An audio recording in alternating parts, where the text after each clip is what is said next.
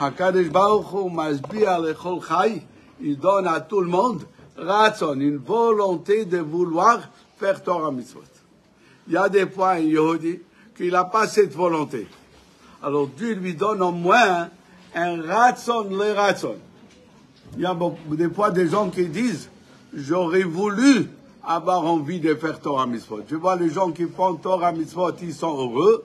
J'aurais voulu aussi avoir envie.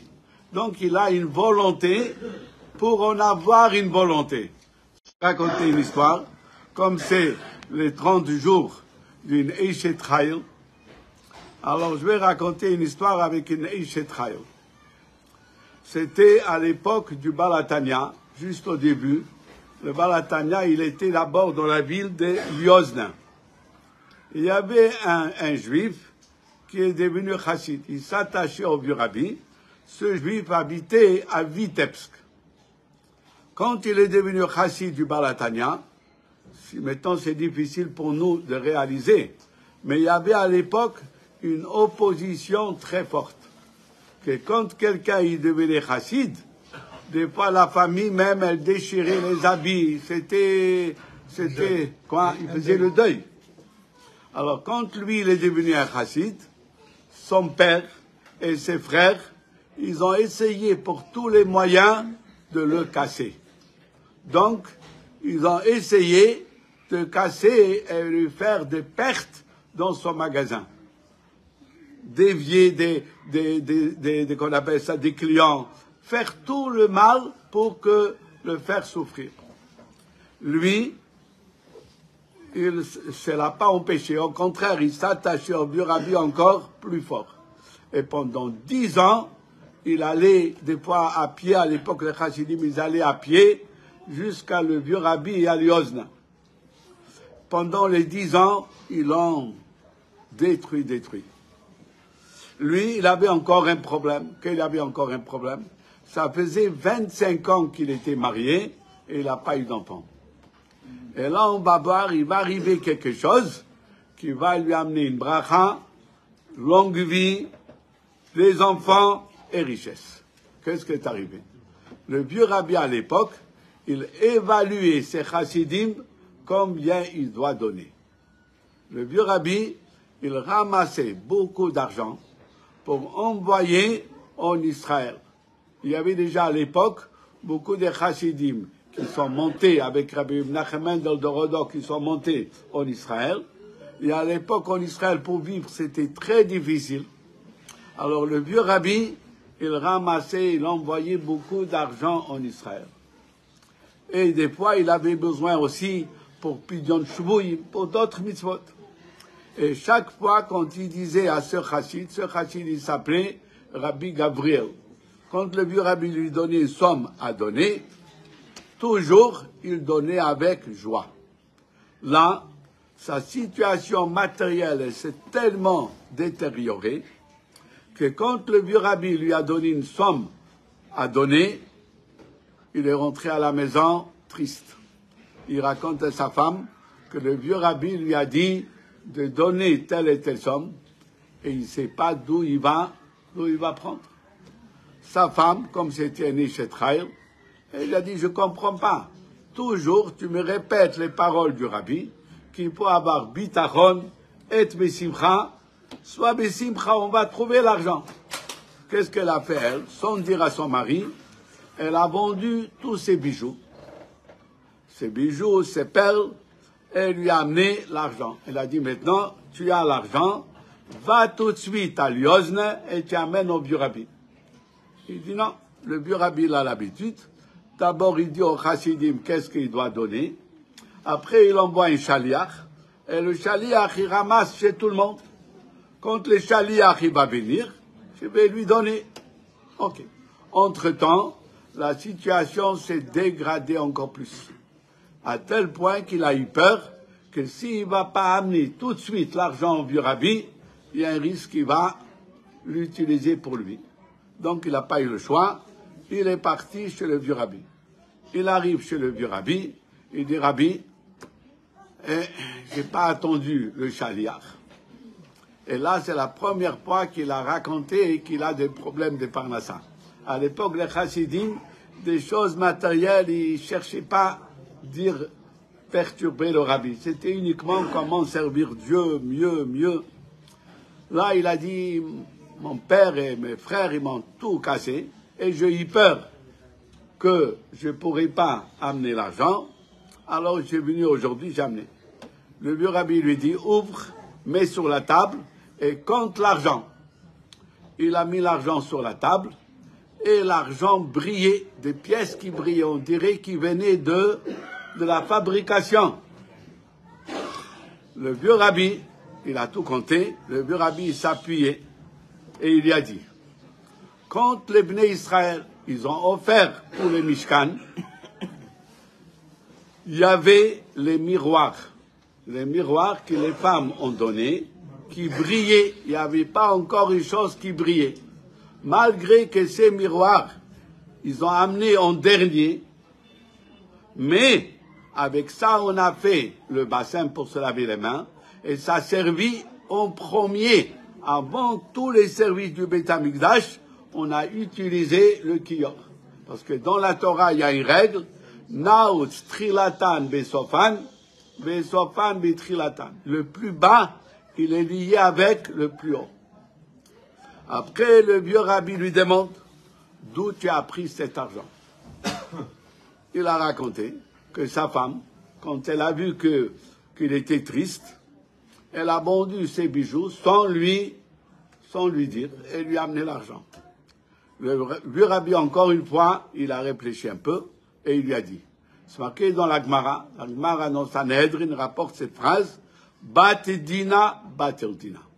La traduction simple, que si quelqu'un, par exemple, il réclame de l'argent à quelqu'un, s'il traîne, il laisse passer le temps, après, il pourra plus, ça devient plus difficile à encaisser. Quand c'est chaud, on peut encaisser. Mais si on traîne, Batedina, la nuit passe, le jugement, il est annulé. Il a dit, Batedina, Baterdina, le jugement est annulé. Maintenant, il a dit, Dieu, il va t'aider de vivre longtemps et tu verras Dorot, Dorot.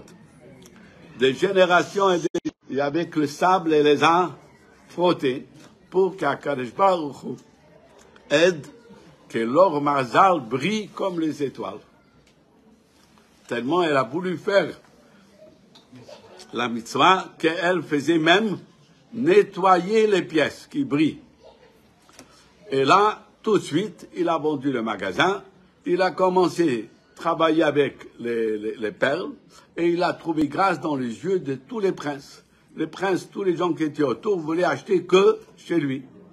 À la fin de l'année, il a eu son fils aîné, et au bout des 3 ans, il est devenu très, très riche. Il a laissé après, pendant plusieurs années, il a travaillé. Après, il a laissé à ses enfants. Et lui, il s'asseyait à la Torah Balabota. Et grâce à lui, la communauté chassidique à Vitebsk a beaucoup progressé. Donc, on voit une femme, et je pense qu'on peut dire aussi sur la femme de Rabbi Shmuel, c'était une femme aussi que quand elle était convaincue, elle faisait les choses avec comment il s'appelle, avec beaucoup de sentiments, avec joie. Ça, c'est en général. Quand les femmes, quand eux, ils s'appliquent, ils font beaucoup plus.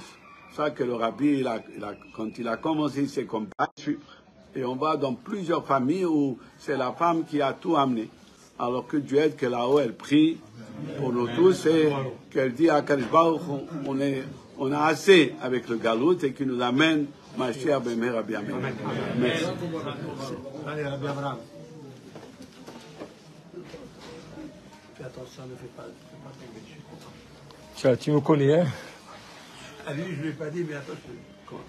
Avec la permission, notre ami Menahem, Rabbi Yosef et tous les rabbanim. Donc on va dire quelques mots, la Ilou Nishmat, la Nifteret. C'est marqué dans la paracha, Hine Natati Chochma Bahema. Hakadosh Baruch Hu, il dit à Moshe Rabbeinu, ne te fais pas de soucis pour la construction du sanctuaire. Je vais donner la sagesse à Betsalel et à son bras droit. Comme ça, c'est marqué dans la Torah. Et le Midrash Rabbah, il dit, Altikra Bahema et la Behema. Quand quelqu'un lit la Torah, c'est marqué Bet, He, Mem, He, Behema, l'animal. C'est quoi ça? Traduction intégrale, je donnais Chochma, Bahema, je donnais la sagesse en eux. Et le Midrash, il dit non, il ne faut pas lire Bahema et la Behema. Qu'est-ce qu'il veut dire le Midrash? Il y a une Gemara dans Eruvin, Yud Gimel. Amar Rebi, Haïdi Mehadne Mehaverai, et fi de Hazité d'Arbi Meir Meachore, les Hazité Meapeh, Haïna Mehaderat fi. Le Talmud nous dit que Rabbeinu Akadosh, qui a écrit la Mishnah, le prince d'Israël, il a dit pourquoi je suis intelligent? Parce que j'ai vu la nuque de Rabbi Meir. Et si j'avais vu la face de Rabbi Meir, j'aurais été encore plus intelligent. Ça veut dire quoi? Il y a un livre, Michlal Youfi, de Rabbi Mkhlouf Abu Hassera, le neveu de Sidna Baba Saleh. Il a dit comment ils étudiaient à Marrakech. C'était le Dayan des Dayanim de Marrakech. C'était un homme, il connaissait toute la Torah entière, la Kabbalah, il était Harif, il était très, très puissant. Comment ils étudiaient la Gemara à la Yeshiva, à Biri Yaakov, à Tafilel, à Marrakech? Il y avait des centaines d'élèves, comme nous. Quand on était jeunes, on était 300, 400 élèves, on était assis par terre. Ils prenaient le noyau de la date, ils la mettaient entre le menton et la gorge. Et les élèves, c'est comme ça avec la Gemara. Si le noyau tombait, ça veut dire que l'élève ne suivait pas. Il ferait Tmila. Il dit, au temps de la Gemara, c'est comme la Gemara de Menachot Kaftet. Quand Moshe Rabbeinu est descendu du ciel, il voulait voir l'étude de Rabbi Akiva, on l'a mis au 7e banc. Il ne pouvait pas lever les yeux. Chacun avait une place spécifique. On ne peut pas s'asseoir n'importe comment. Donc la Gemara, elle dit que Rabbeinu Akadosh, il n'avait pas le droit de lever les yeux pour voir Rabbi Meir. Il avait les yeux bas, mais il pouvait voir que la nuque. Comment on peut comprendre des choses pareilles? Le Yerushalmi, il y a un Talmud de Jérusalem, il dit quelque chose d'extraordinaire. Au temps d'avant, il y avait des kolélim, les yeshivot, et les gens qui travaillaient, ils venaient aussi entendre les hachamim qui discutaient de la Torah. Et chaque fois, ils voyaient les hachamim joyeux, contents, ils comprenaient les tosfot, ils étaient heureux. Un jour, il y a un monsieur, il vient, il voit un hacham à gauche, un hacham à droite, un hacham là-bas, et tous tristes. Alors, il leur a dit, mais qu'est-ce qui vous arrive aujourd'hui? Et Shlomo HaMelech, il dit, quelqu'un qui a des soucis, il ne faut pas les garder. Il faut dire. Et les hacham, ils ont dit, mais qu'est-ce qu'il va comprendre ce monsieur du Talmud? Mais comme ils étaient tristes pendant 3 jours, ils ont dit, voilà la question que nous avons. Ils ont dit, ça c'est une question. Voilà la réponse. Et les hachamim sont honnêtes. C'est le Shalmi, c'est pas des histoires de Zambla ou de Coco Toto. C'est la Gemara qui dit. Ils ont vu que la réponse était adéquate. Il lui a dit, Minnaïl Khlaha, d'où tu as su ça? Il a dit, j'ai vu la canne de Rabbi Meir. Quoi? Il a dit, j'ai vu la canne de Rabbi Meir. Le Ben Ish Chai, il explique quelque chose d'extraordinaire. Quand il y a un hacham, le visage du hacham, c'est Tofiyah Amina Katfiyah, il peut influencer le cerveau de quelqu'un qui le voit. Ça veut dire quoi? Que Betzalel, il avait du travail incroyable, inimaginable. Il fallait des poutres de 12 mètres, il fallait les rideaux, il fallait transporter. Dès qu'il prenait une planche, il la mettait sur le chariot, la bête, en voyant Betzalel, il dit, c'est quoi Betzalel? Betzalel. Il était sous l'ombre de Dieu. L'animal, il savait exactement où sortir. Où partir, il n'avait pas besoin de cocher ni quoi que ce soit. C'est ça ce que la Torah dit. Hine natati chokma, bahema, même la behema, elle était intelligente. Et moi, j'amène une preuve à ça. La preuve, quand les Philistines, ils ont fait une guerre avec Israël, ils ont gagné la guerre.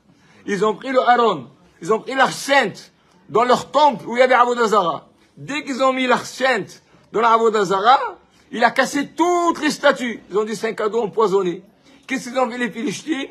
Ils ont remis le Aaron dans la charrette et les vaches, elles allaient jusqu'à Beth Shemesh. Des centaines, hein?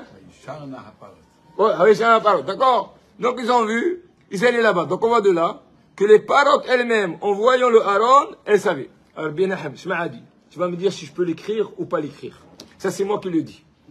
Toujours on a dit que Yosef, quand il a envoyé les agalotes, les chariots à son père, Rashi il dit, il s'est rappelé qu'il a étudié avec la Haroufa, la génisse. Mais moi je dis autre chose. Rashi c'est Rashi. Yaakov, il a vu quelque chose de bizarre. Il a dit, ces bêtes-là, ils sont en train de me voir. Il savait où se diriger. Ça veut dire, il savait que ces bêtes, ils ont servi Yosef. Ils ont vu le visage de Yosef. Dès qu'ils ont vu que ces bêtes-là, ils étaient différents des autres bêtes, il a dit, Yosef, il n'a pas perdu sa sainteté. Elle est belle? Vachement, c'est bien. C'est vachement. D'accord. C'est clair. Hein, vous avez de Yosef. C'est un beau chidouche. On peut l'écrire.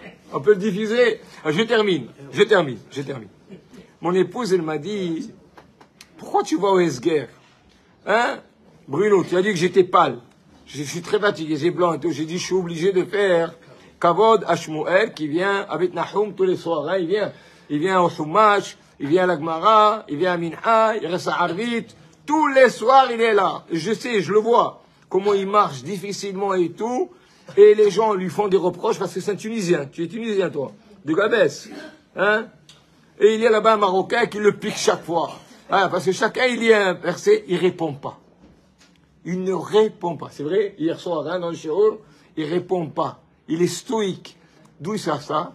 Son épouse. Hein? Je l'ai connu, Baruch Hashem, quand je suis venu te voir, quand il était malade, à Beauregard, quand il c'était une tzaddiket. À Kadosh Baruch Hu, on peut poser toutes les questions possibles et inimaginables. Comment elle est morte comme ça, elle est morte comme ça, elle a été enterrée comme ça, c'était passé.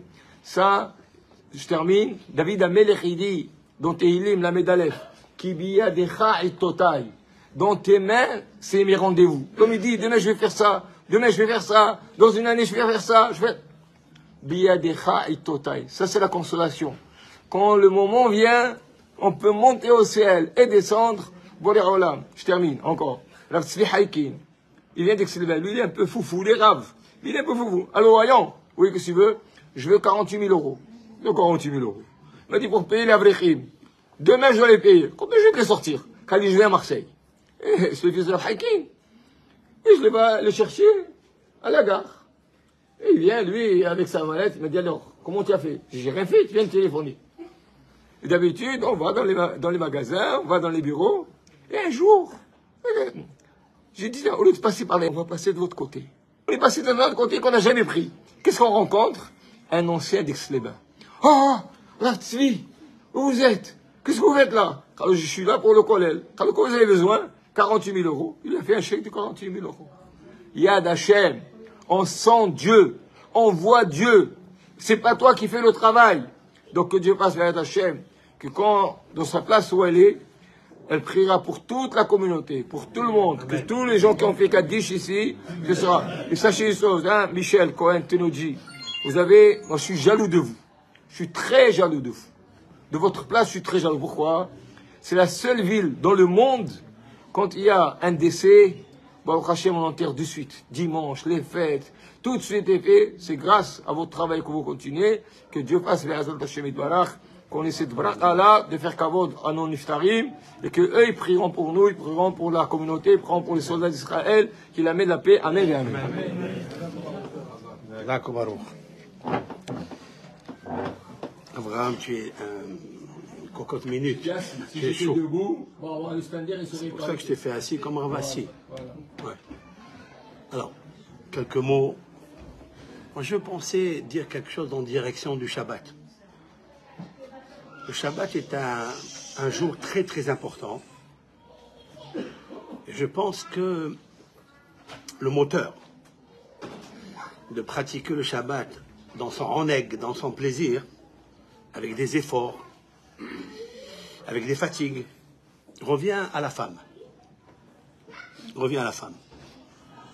Le Shabbat, je voudrais faire une sanégoria, une plaidoirie pour Rachel, Jeannette.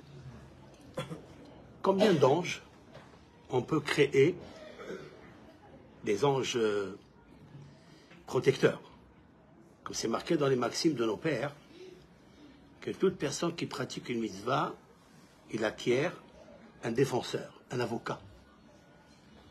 Chaque fois, chaque moment qu'on a l'occasion de pratiquer une mitzvah, on crée un défenseur. La même chose, le contraire aussi, un accusateur. Je pense que le jour du Shabbat commence déjà depuis dimanche. Toute chose qu'on voit qui est belle, qui est grasse, qui est succulente, on doit l'acheter, l'Ichbot Shabbat, comme faisait Shammai, le docteur de la Mishnah Shammai. Vendredi, Yom HaShishi ve'achinu tasher yavi'u, il est spécial le vendredi. Où est la tête de la femme le vendredi? Elle est entièrement consacrée pour le Shabbat. Et une femme ne s'arrête pas. Elle rentre dans la cuisine, que j'appelle moi Kodesh HaKodashim. C'est le Saint des Saints. Et elle prépare le Shabbat. C'est pour ça que ça s'appelle Madame. Madame, c'est Mahshava, Dibour, Maaseh. Madame. Même Mahshava. Elle a toute sa tête. Comment je vais préparer mon Shabbat? Comment je vais préparer telle salade? Quand tu arrives vendredi soir, nous on vient de la synagogue, on voit une table magnifique, on dirait la toile de Picasso. Il y a la tourterie rouge, il y a l'aubergine, il y a le vin, il y a le pain qui brille, rose. Et tout ça, c'est qui ça? C'est madame. C'est la femme. Elle prépare son Shabbat depuis dimanche, elle a la tête, comment je vais faire? Il faut savoir que le Tanhuma, dans Bereshit Perek Gimel, Tanhuma c'est un rabbin qui a vécu à Jérusalem, il était le Kohen, il était en fait le grand rabbin de Jérusalem. À l'époque, Rabbi Tanhum, il s'appelait. Et Rabbi Tanhum, il a dit que le Onek Shabbat, que toute personne, comme nous les hommes, nous devons tout faire pour aussi préparer quelque chose pour Shabbat. Comme la Gemara dit dans Kiddushin 41a, Rava Malach Shivuta, Rav Yosef Maharech Resha. Il y avait les Emoraim, les docteurs de la Gemara, ils allaient eux-mêmes pratiquer quelque chose pour Shabbat, pour pénétrer le nefesh du Shabbat dans les aliments. Il disait à chaque chose, l'Ichbot Shabbat. Pourquoi? Alors qu'il y a l'étude de la Torah. Maran HaShulchan Aruch, dans l'Ichbot Shabbat, il a dit que même si un homme, il est rave, et qu'un rave n'a pas le droit de s'annuler de l'étude de la Torah, ou bien de se faire bisayon, c'est-à-dire de se faire un déshonneur, parce qu'il est très grand en dynastie de Torah, il est obligé de quitter l'étude et d'y aller faire quelque chose pour Shabbat. Mais Pene chez Zéou, Kevodo, parce que c'est ça la raison, c'est son Kavod. C'est vrai qu'il existe Kavod à Torah, mais Kavod à Torah, c'est Kavod Shabbat. Kavod Shabbat, d'après certains Rishonim, Rashba, c'est Mina Torah. De faire le Onek Shabbat, c'est Mina Torah, qui consiste à dire que chaque fois que je vais manger quelque chose le jour de Shabbat, je devrais dire ça veut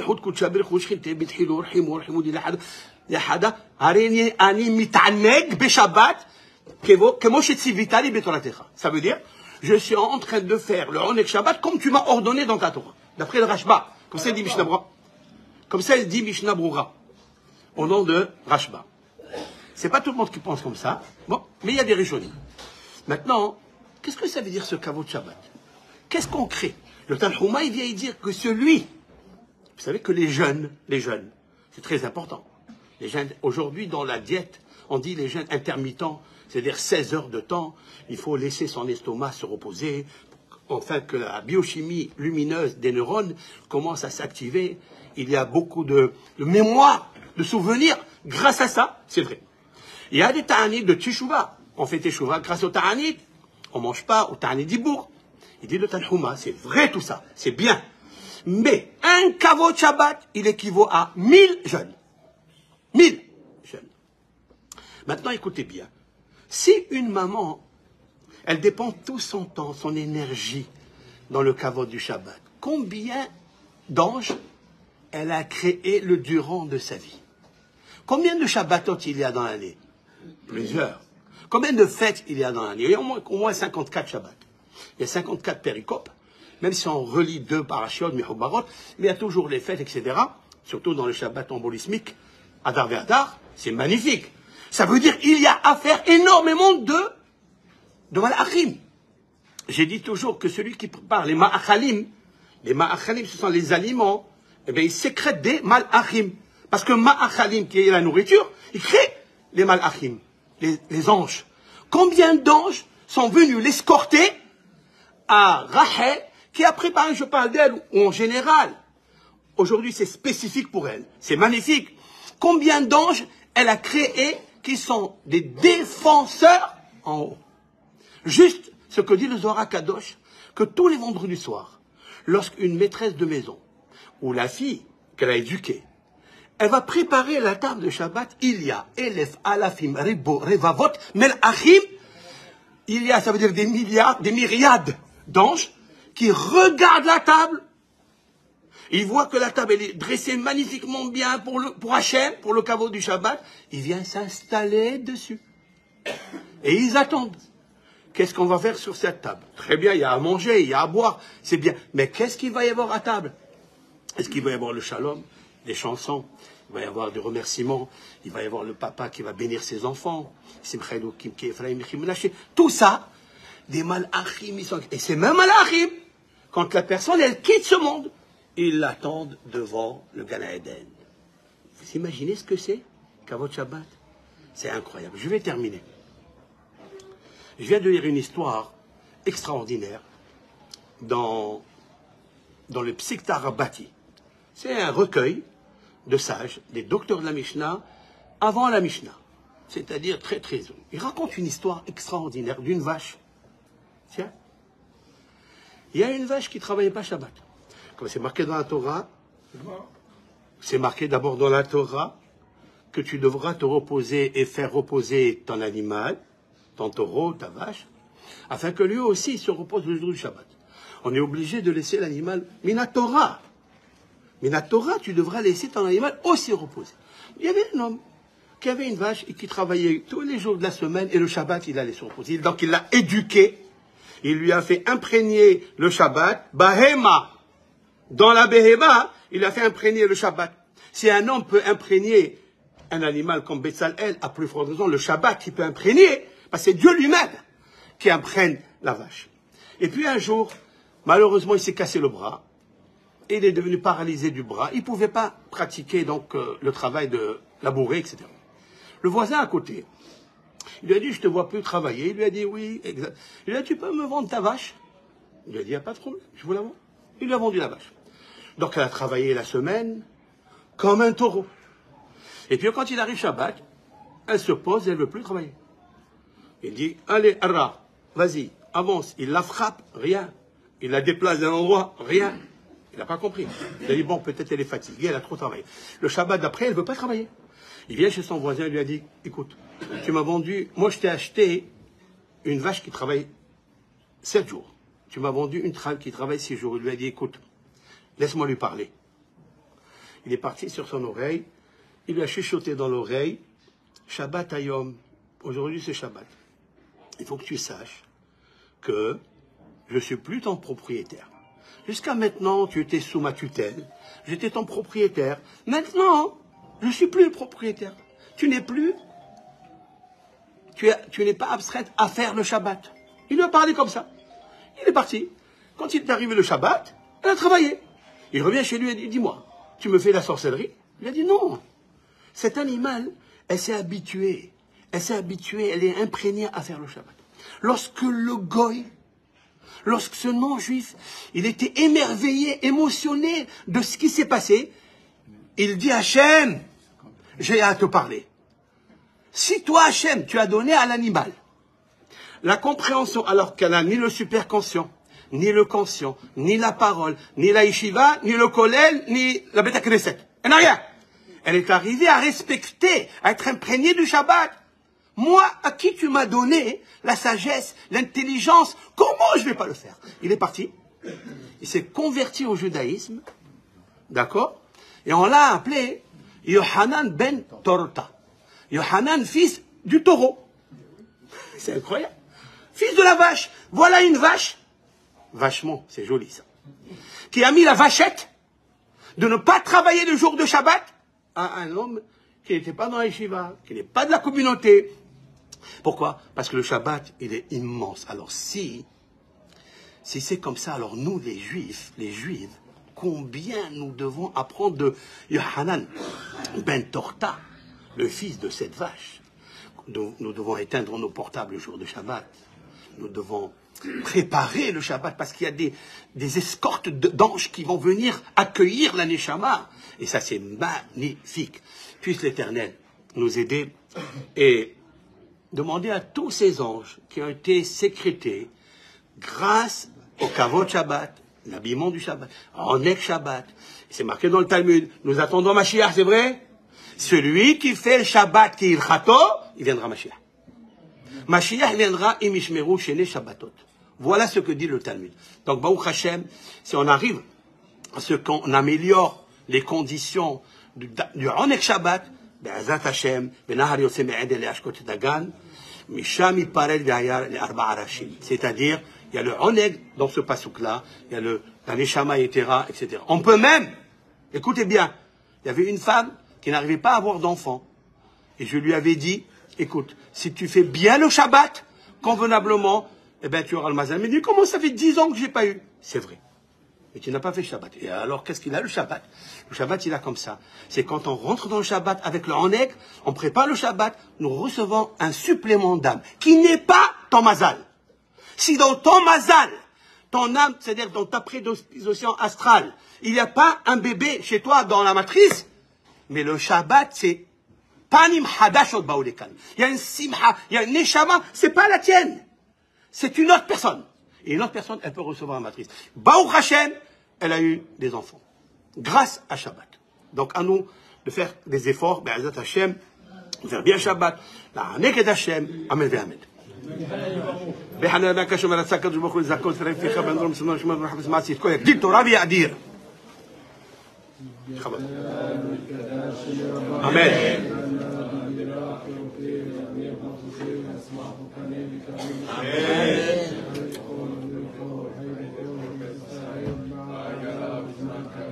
Amen.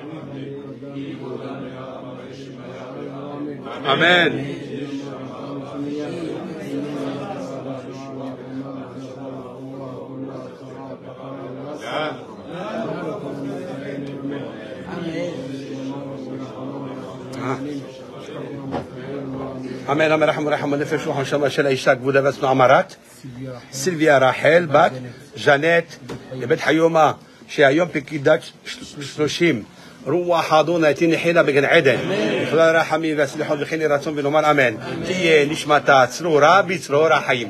Nous avons des bénédictions à faire. Chaque bénédiction Ilou nishmata, on crée des anges pour la faire monter comme du kérosène à une fusée. J'ai de l'occasion. Oui. Si vous pouvez m'envoyer le shiv'a.